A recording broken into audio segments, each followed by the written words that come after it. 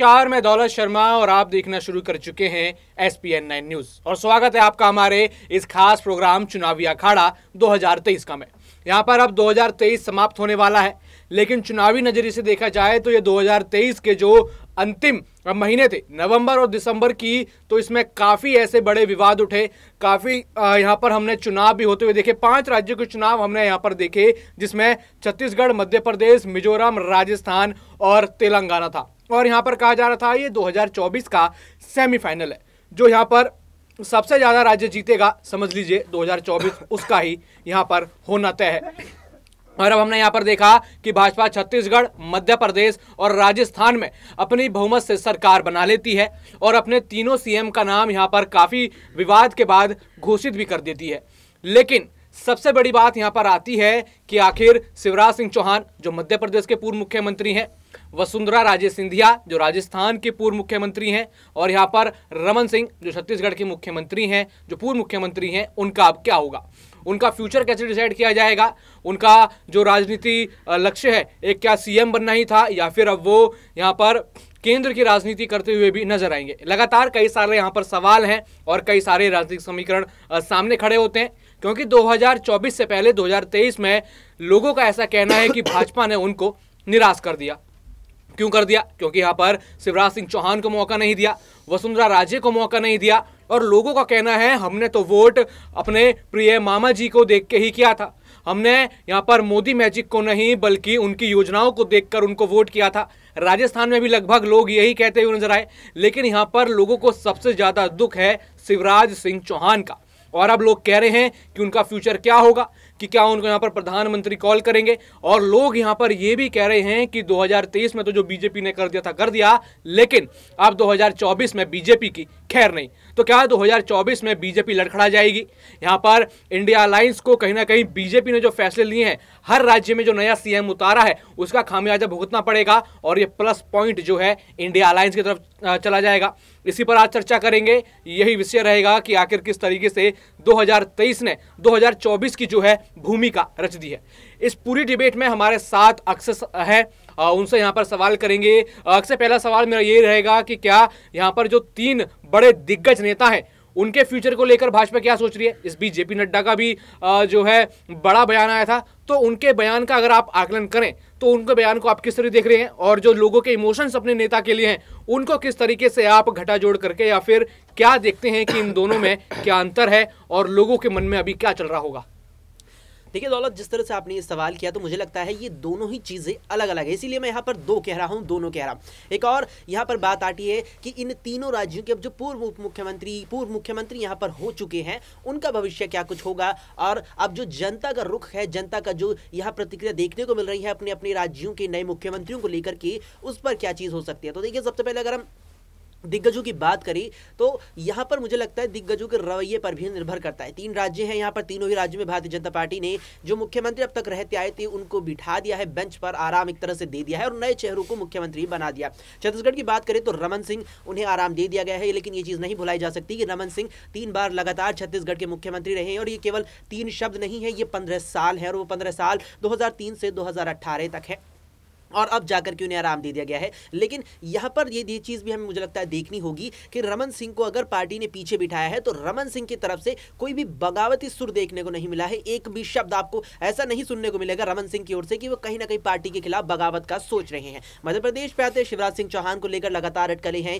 कि अब वे क्या कुछ करने वाले हैं, क्या उन्हें केंद्र में जिम्मेदारी मिलेगी तो केंद्र में उन्हें क्या कुछ जिम्मेदारी भारतीय जनता पार्टी देती हुई नजर आ सकती है। तो देखिए, शिवराज सिंह चौहान को लेकर भी ये चीज़ नहीं नकारी जा सकती कि वे भी इस समय पार्टी के साथ चल रहे हैं, क्योंकि जो नए मुख्यमंत्री यहां पर देखने को मिले हैं मोहन सिंह यादव, वो तो चुनावी परिणामों के बाद जनता के सामने आए हैं, लेकिन शिवराज सिंह चौहान के सामने यह चीज पहले ही आ गई थी कि वे मुख्यमंत्री नहीं बनेंगे।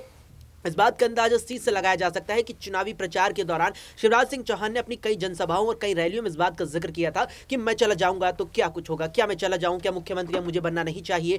इसका मतलब ये साफ था कि शिवराज सिंह चौहान को पार्टी आलाकमान ये साफ कर चुका है कि मुख्यमंत्री आप नहीं बनेंगे। लेकिन उसके बावजूद आप शिवराज सिंह चौहान का रवैया देखेंगे तो उन्होंने इस चुनाव में इस प्रकार प्रदर्शन किया। इन चुनावों में शिवराज सिंह चौहान ने इस तरह से लगातार रैलियां की कि मानो मुख्यमंत्री वे ही बनेंगे, लेकिन कोई भी बगावती वहां शिवराज सिंह चौहान की तरफ से भी देखने को नहीं मिली। लेकिन अगर आप राजस्थान पे आते हैं तो वसुंधरा राजे की तरफ से शुरुआत से ही बगावती सुर देखने को मिल गए थे, और जब परिणाम सामने आए 115 यहां सीटें भारतीय जनता पार्टी ने जीत ली, तो वसुंधरा राजे ने विधायकों के साथ बैठक करनी भी शुरू कर दी थी। वही कहीं ना कहीं सोच में थी कि मैं बैठक में के जरिए कुछ ज्यादातर विधायक अपने पक्ष में कर लूं और यहाँ पार्टी पर दबाव बना सकती हूं। तो यहाँ पर जो ऊंचे पद की जिम्मेदारी है इन दिग्गजों को क्या होगा, तो मुझे लगता है कि रमन सिंह और शिवराज सिंह चौहान को पार्टी जरूर ऊंचा पद दे देगी, लेकिन वसुंधरा राजे पर यहां मुझे लगता है कि गाज गिर सकती है, क्योंकि जिस तरह से आज शपथ ग्रहण समारोह हुआ और उसमें यह चीज बड़ी यहां पर देखने लायक रही कि वसुंधरा राजे पूर्व उप मुख्यमंत्री आपकी जगह पर पूर्व मुख्यमंत्री वसुंधरा राजे को जो जगह दी गई थी बैठने के लिए वो तीसरी चौथी पंक्ति में थी, और ये इस बात का इशारा करता है कि पार्टी ने उन्हें तवज्जो नहीं दी है और इसकी वजह वसुंधरा राजे का तेवर ही रहा है। तो ऐसे में ये तीनों नेताओं का जो यहाँ आचरण पार्टी को लेकर रहा वो ही उनका भविष्य तय करेगा, जिसमें शिवराज सिंह चौहान और रमन सिंह आगे निकलते नजर आ रहे हैं। इसके अलावा यहाँ पर आपने जिस तरह से जिक्र किया कि यहाँ पर जनता का प्रेम क्या रहा, देखिए मुझे लगता है कि परिवर्तन जो है प्रकृति का नियम है। आज 2023 में यहाँ मध्य प्रदेश में नया सीएम मिला है शिवराज सिंह चौहान, यानी कि मध्य प्रदेश की जनता के चहीते मामा को घर बैठा दिए गए। आप 23 छोड़ दीजिए, 2028, 2033, 38, 43 भविष्य में कभी ना कभी तो देखिए ये चीज होनी ही थी, नया मुख्यमंत्री राज्य को मिलना ही था, और आखिरकार शिवराज सिंह चौहान 20 साल तक यहाँ कमान पर बैठे रहे। हालांकि 1.5 साल ऐसा रहा जब यहाँ कांग्रेस की सरकार आई थी, लेकिन शिवराज सिंह चौहान को लेकर भी ये लगता है कि जनता को ये चीज स्वीकारनी होगी, क्योंकि जो उनके दिग्गज है जिन्हें जो वो अपने प्रिय नेता मान रहे हैं वे भी कभी ना कभी राज्य में नए चेहरे थे। बिल्कुल, लेकिन यहाँ पर कहा जा रहा है इन बड़े नेताओं को तो झटका लगा है, लेकिन यहाँ पर फोकस ज्योतिरादित्य सिंधिया पर किया जा रहा है, क्योंकि उनको कहा जा रहा है कि वो एक अपॉर्चुनिस्ट हैं। यहाँ पर कांग्रेस में जगह नहीं मिली तो बीजेपी में आ गए, और इस बार भी बीजेपी ने दोनों बार उनको धोखा दिया है। तो क्या सिंधिया फिर दोबारा यहाँ पर पाला जो है बदल सकते हैं? क्या उनको फिर दोबारा यहाँ पर कांग्रेस की याद आ सकती है? क्योंकि अब कहा जा रहा है कि राज्यसभा सांसद से भी उनकी तब्दीली यहाँ पर हो सकती है, क्योंकि चुनाव के दौरान कुछ खासा उन्होंने पार्टी का साथ दिया नहीं।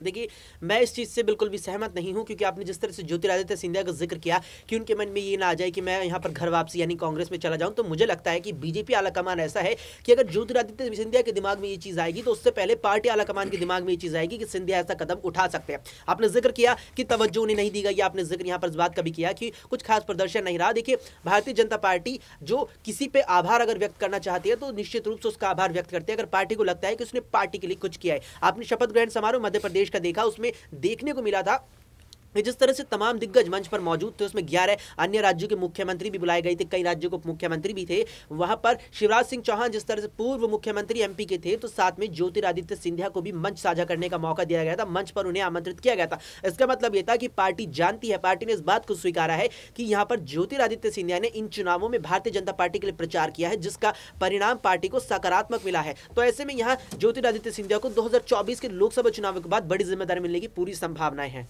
जी हाँ, बिल्कुल। यहाँ पर कहा जा रहा है कि 2024 के चुनाव के बाद ज्योतिरादित्य सिंधिया और यहाँ पर शिवराज सिंह चौहान और वसुंधरा राजे को बड़ी जिम्मेदारी मिलने की उम्मीद है, और लगातार कहीं ना कहीं यहीं पर हमारी नजर रहेगी कि आगे इस मामले में क्या अपडेट आती है, किस तरीके से यहाँ पर जो है राजनीति 2024 तक बीजेपी की चलती है, क्योंकि जनता तो यहाँ पर उनका विरोध करती आ रही है, क्योंकि उनके दिग्गजों को मौका नहीं मिला। और यहाँ पर बीजेपी कहती है तो कभी ना कभी तो यहाँ पर युवाओं को मौका देना था। यहाँ पर कहा यह जा रहा है कि अब बीजेपी जो है इन तीनों सीएम के जरिए 2024 की राजनीति साधती नजर आ रही है। एक समीकरण यहाँ पर सामने आया जिसमें कहा जा रहा है कि यहीं से उन्होंने 250 लोकसभा सीटें साध ली हैं, क्योंकि यहाँ पर यादव वोट बैंक, यहाँ पर आदिवासी वोट बैंक और ब्राह्मण वोट बैंक की तरफ भी अब बीजेपी पूरा फोकस करती हुई नजर आ रही है। यानी हर जाति समुदाय को बीजेपी साथ लेकर चलने की और उनका वोट बैंक बटोरने की कोशिश कर रही है। तो देखना होगा 2023-2024 में क्या प्रभाव डालता है और बीजेपी की रणनीति में क्या कुछ नया देखने को 2024 में मिलता है।